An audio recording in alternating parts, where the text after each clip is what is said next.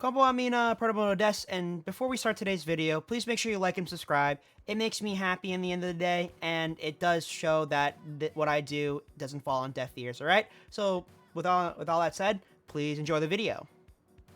Proto-moto, and today I'm back with a Phantom Knights Punk profile, so let's just get right into it. So this deck can actually make some pretty good negates, as well as go into pretty awesome boss monsters. So let's just start off with our Punk engine. So we play 2 copies of Amin. This is your normal summon, if anything, or from off your E-Telly. This will allow you to pay 600 life points to grab any Punk monster from your deck to your hand. So what you'll be adding is your copy of Foxy-Tune. Other than that, if you special summon your copy of Zaamin with E-Telly, you might actually want to go search out your Shirakusai and normal summon your Shirakusai to use its effect to fusion summon into your copy of the fusion monster.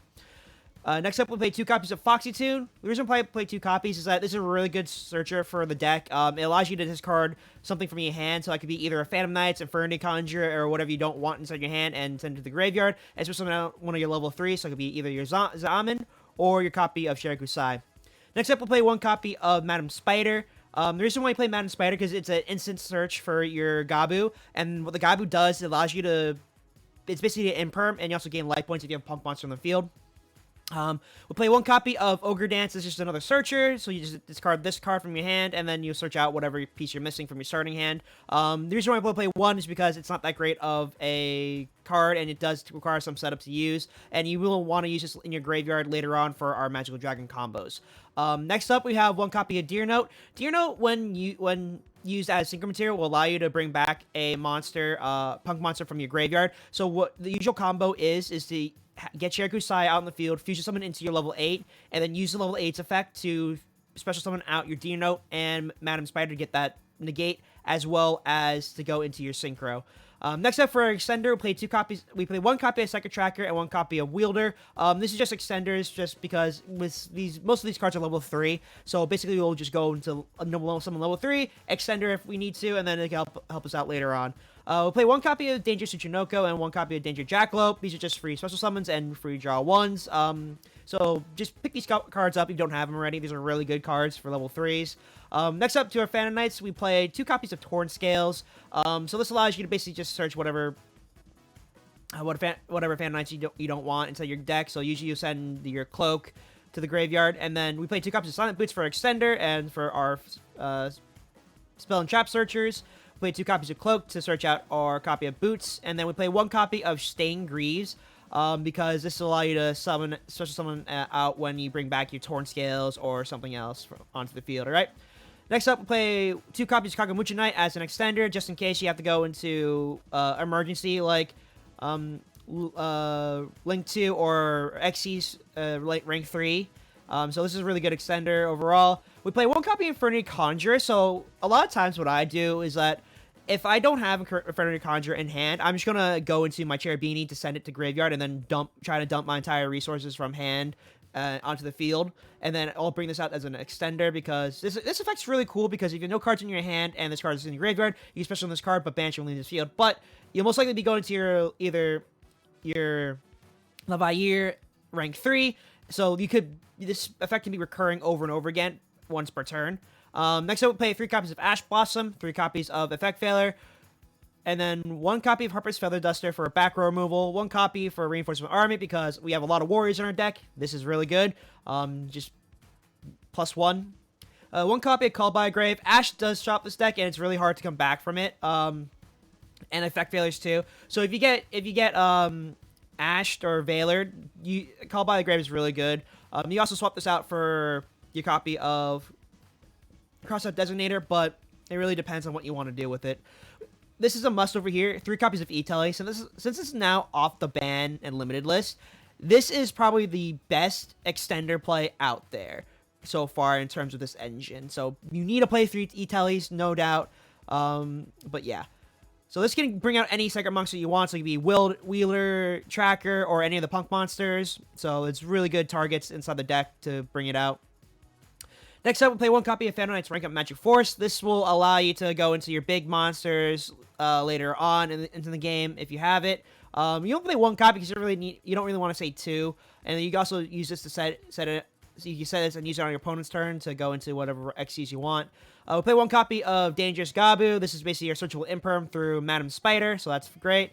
Next up, we play 1 copy of Phantom Knight's Wings for the ability to basically banish it and then switch someone Phantom Knights from graveyard.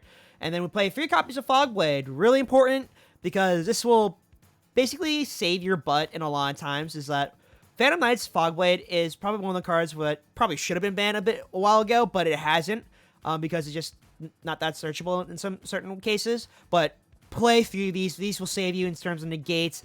And you could activate multiple per turn. All right, so that's it for the main deck. Now onto the extra deck. We'll play 1 copy of the Rising card to go into our Deer Note as well as our Madam Spider for our negate. And then we'll use those copies, the Deer Note and the Madam Spider, to go into our copy of Chaotic Magical Dragon. This will allow you to mill as well as add to hand. So if you mill multiple Phantom Knight monsters to your graveyard, that just sets you up for better and more combos in the end.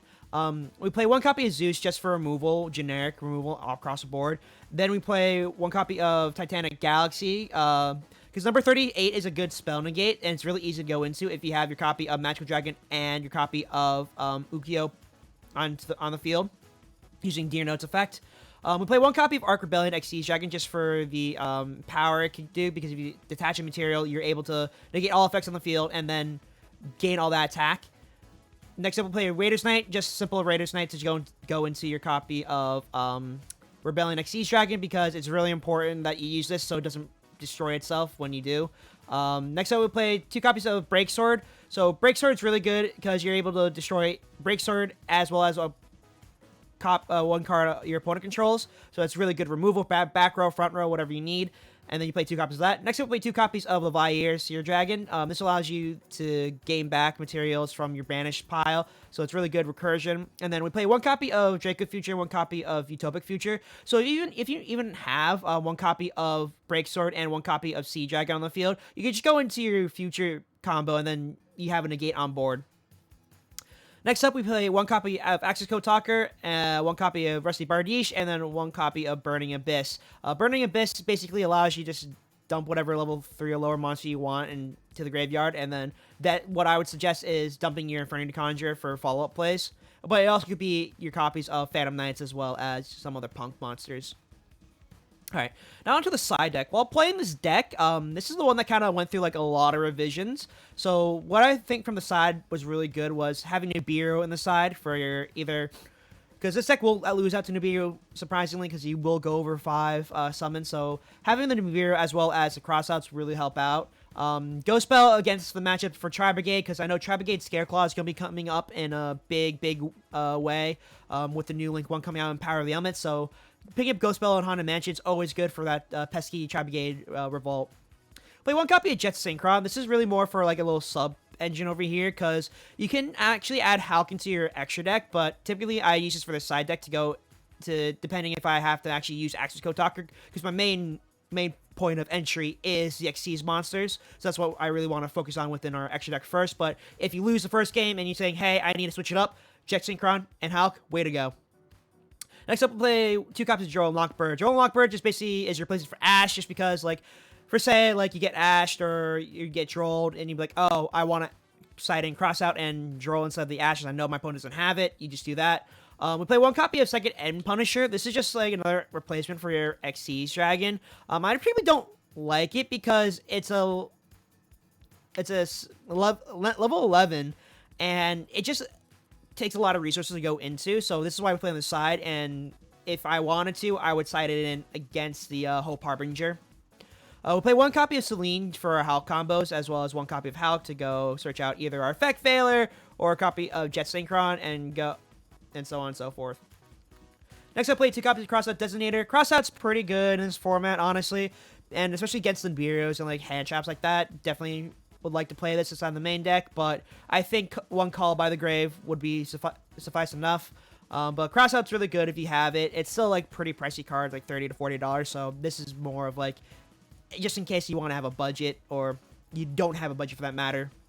This is what I recommend picking up. And then 2 copies of Evenly Matched. Evenly Matched is really good because it allows you to banish whatever your opponent controls. So like if you go second, you just, okay, end battle phase, evenly, get rid of it, and then go to main phase 2. Alright. So that's it for the deck profile, and I'll see you guys in the replay. Alright, so starting off, we have a pretty decent hand here with our Shirakusai, Jackalope, Deer Note, and our 2 copies of the Phantom Knights over here. So they're going to go first and set 1 card face down, and then we're going to draw a Kagamucha Knight. And then from there, we'll normal summon a copy of Ancient Cloak, and then activate Kagamucha Knight to summon itself out. Next up, we're going to actually summon out a copy of Ancient Cloak, and then go into Break Sword. The Break Sword will detach 1 and destroy their Doppel Warrior, as well as itself. And then it'll bring itself back, our 2 Phantom Monsters back, and then make them level 4. Then they're going to Nibiru us, sadly, and then we'll grab a token that's 22 defense. We'll banish our Ancient Cloak as well to grab our Torn Steel for next turn. And then we'll banish our copy of Silent Boots to grab our copy of Fog Blade. We'll set the Fog Blade down, and then we'll activate Jackalope's effect, and then Jackalope actually gets hit, so we're able to bring out our copy of Tsuchinoko.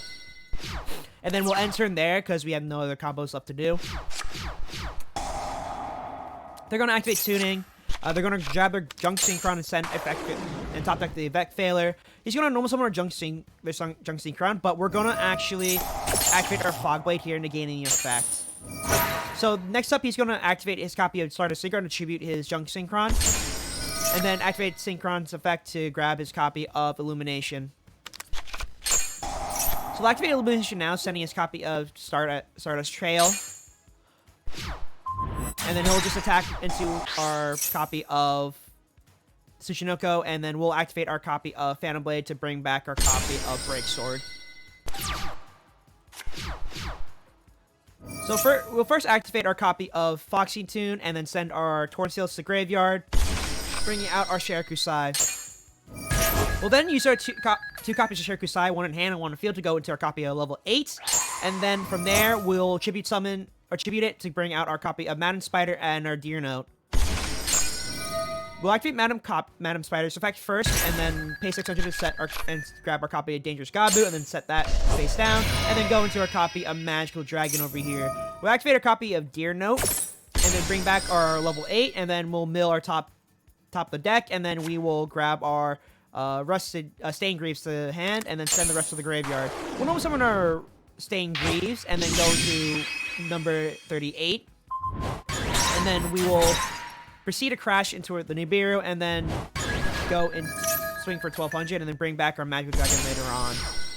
They're going to end turn and set 1 and pass.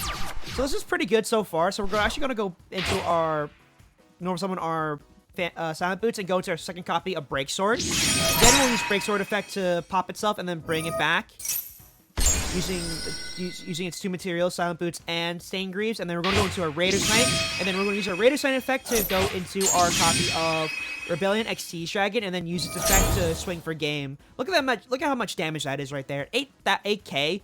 That could be an OTK potential right there, but we didn't have a strong enough start, so that's pretty much it for that. So what do you guys think?